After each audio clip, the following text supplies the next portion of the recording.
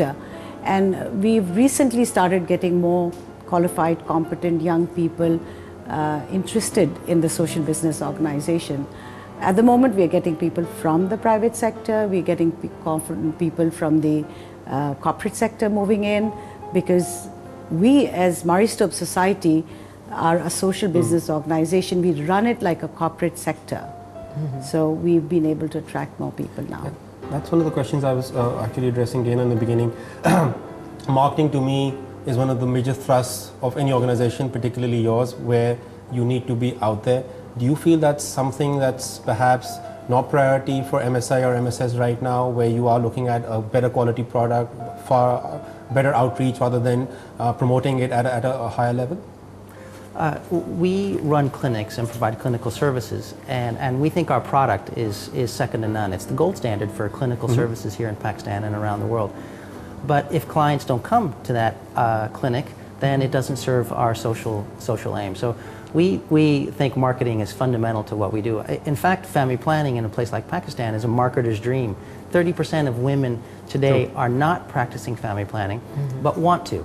They want to do and want to have what we can deliver. And so it's a marketer's dream, and we just have to be better marketers.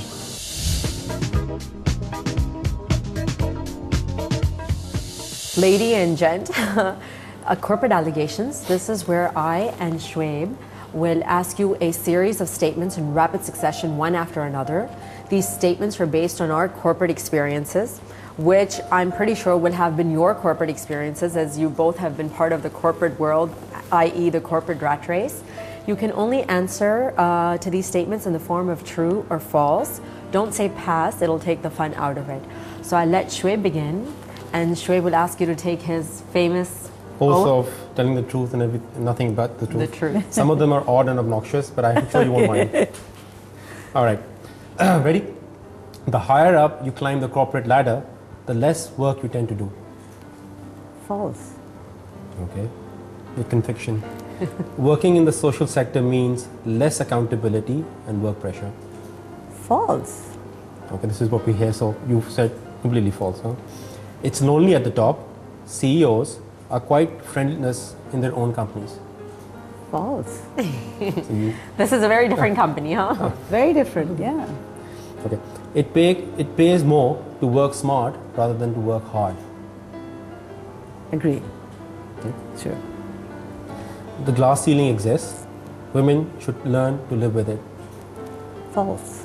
We get preferential treatment by stakeholders, and this is talking about MSS, being part of a global organization. False. HR is considered to be a feminine field, and men that choose it tend to be taking the easy road in the corporate world. False. Okay. Last one. Spoken English ability matters. The better you are, the faster you move up the corporate ladder. I pass that because I wouldn't know what happens in the corporate sector really. But as far as it is in our organization, I think it's false. So Dana, your turn now. At times, it is easier to tolerate bad performance versus firing the employee. Sadly true. Resumes are tick in the box exercise. Mostly people get hired through contacts. False. Females make bad finance managers. False, false, false. 3 times. Okay. Is everybody a female in the finance field at MSS, I guess? At MSI we used At to MSI, have, but right. not in MSS. Yeah. Yes, sir, employees are good for CEO egos. Yes, and that's a fatal flaw of CEOs. NGOs are known for their 9-to-5 work hours and chill atmosphere. False. 2 falses on that one. I'll add another Don't one. put the messenger, this is what we've heard. This is part of the corporate rat race. Yeah. Serving up to shareholder interests sometimes creates conflict in serving consumer needs. True.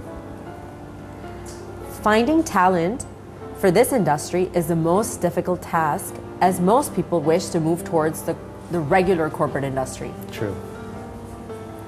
Lastly, smoke breaks are actually male gossip sessions and should be banned.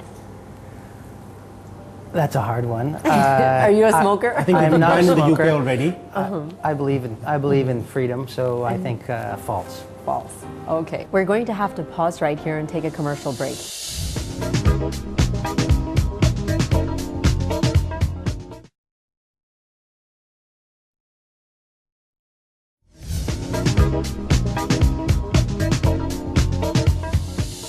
Welcome back.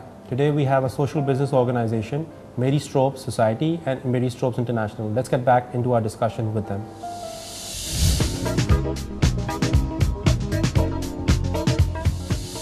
Pakistan, as you said, is perhaps somewhere in the top 5. How do you view it? How have you viewed it moving ahead?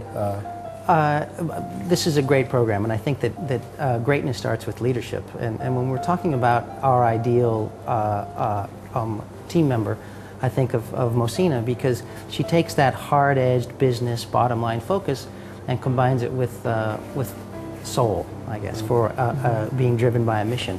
And it's that sort of dichotomy which we look for in people all around the world, and we have 800 team members here in Pakistan, all driven by a desire to make a difference and use their business skills for a bottom line difference.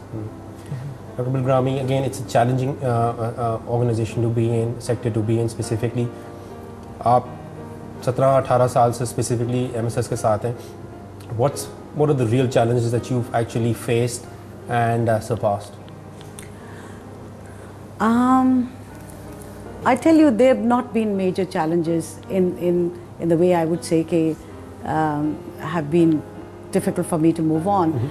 If there were lots of challenges, we wouldn't be where we are today, where from 1992, we've just been expanding. In 1992, January, we opened one clinic. In fact, 1991, we started as one person, me, in July 1991. We have 800 plus people in the organization. So if we had lots of challenges, we wouldn't be growing that well. And we kept growing, both region-wise, nation-wise. And the key thing was to have a vision. What do you want to do?